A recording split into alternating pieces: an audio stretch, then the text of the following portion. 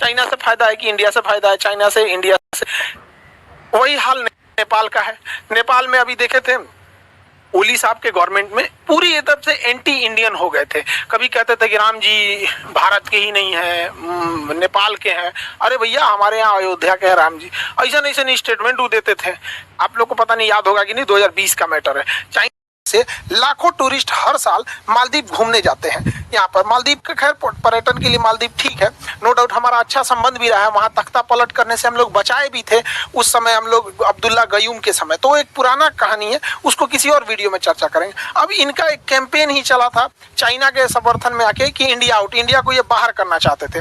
देखिए 2021 में भारत और मालदीव एक समझौता करते हैं। मालदीव का एक आइलैंड है उथुरू थिला फालू, ये उटपटांग नाम है, उनके भाषा का नाम है। इस आइलैंड पर भारत मालदीव के लिए एक कोस्ट गार्ड स्टेशन बना रहा था, एयरपोर्ट बनाया था, और उनकी ट्रेनिंग के लिए यहाँ पर भारत ने अपने कुछ जहाज़ों को भेजा था। और इसमें जयशंकर साहब भी थे और काफ़ी डेवलपमेंट को लेके ये आगे बढ़ गया था। और सिर्फ मालदीव चूंकि यहाँ मेजर शिपिंग रूट पे है, यहाँ पे भारत का भी पकड़ बनाना जरूरी है यहाँ पे। इसी को क्रम में देखते हुए भारत ने मालदीव को एक पेट्रोल वेसल दिया कोस्ट गार्ड के लिए, और एक डॉर्नियर विमान दिया एयर सर्विलांस के लिए। छोटा जहाज ही पर काफी परफेक्ट जहाज है डॉर्नियर, ये छोटे उड़ानों के लिए परफेक्ट है। यहाँ पे अटैक हेलीकॉप्टर 2 ठो दिया प्रचंड, यहाँ पर इतना भारत ने दिया, रनवे दिया, सब कुछ दिया यहाँ पे। बट इनको रख रखाव ट्रेनिंग के लिए भी तो कोई जरूरत है। तो 75 भारतीय जवान जो है वहां पर मालदीव में है ताकि वो इन्हें ट्रेनिंग दे सके। अब इसी का बहाना लगा के मोहम्मद मोइजू पूरा प्रचार कर दिया कि भारत को बाहर करो, हम अपनी जमीन का यूज नहीं होने देंगे, ये भी नहीं होने देंगे, ये नहीं होने देंगे।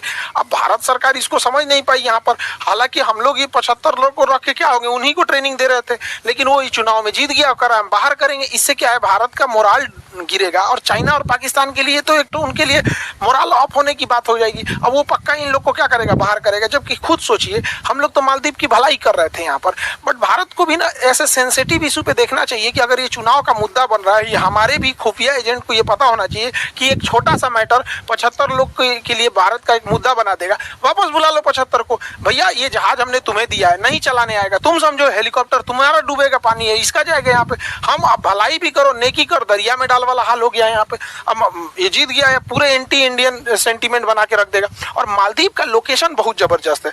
मालदीव को अगर आप देखेंगे तो मेजर शिपिंग रूट पे है। सिंगापुर की भी पूरी जहाजें यहीं से जाएगी, वियतनाम की भी जाएगी, इंडोनेशिया की भी जाएगी, हांगकांग का, चाइना का, यहाँ से ताइवान का, फिलीपीन, जापान, सब इसी रूट से जाते हैं। तो चाइना इस रूट में दबदबा जानना चाहता था।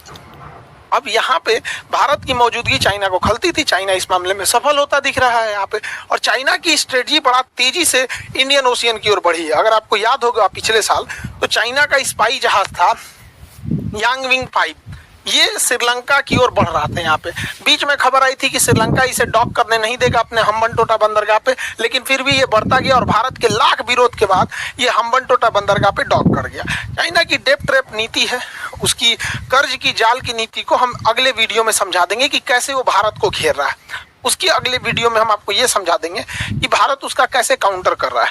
बट अभी वो हम्बनटोटा बंदरगाह को लीज पे ले चुका है यहाँ पर, और यहाँ उसने डॉक कर दिया यहाँ पे। लेकिन भारत की ये तो डिप्लोमेटिक हार हो जाती है यहाँ पे। तो हमारे पड़ोसी से संबंध देख रहे हैं, मालदीव से बिगाड़ दिया, श्रीलंका से बिगाड़ दिया यहाँ पर। अब देखते चलेंगे एक एक करके। तो मालदीव और श्रीलंका तो चले ही गए यहाँ पे। अब म्यांमार में आंग सान सू की भारत में थी, शरण ली थी, भारत से पड़ी हुई थी, तो ये भारत के समर्थन में थी।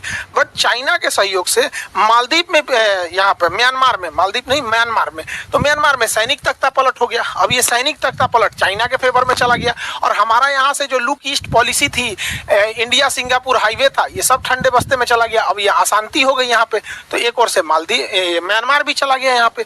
तो हमारे देखेंगे लाइन से पड़ोसियों को देखेंगे तो डिस्टर्ब करके रखा हुआ है चाइना। यहाँ चाइना अपने नीति में कामयाब होते जा रहा है और भारत को भी एग्रेसिव पड़ोसी नीति को देखना होगा।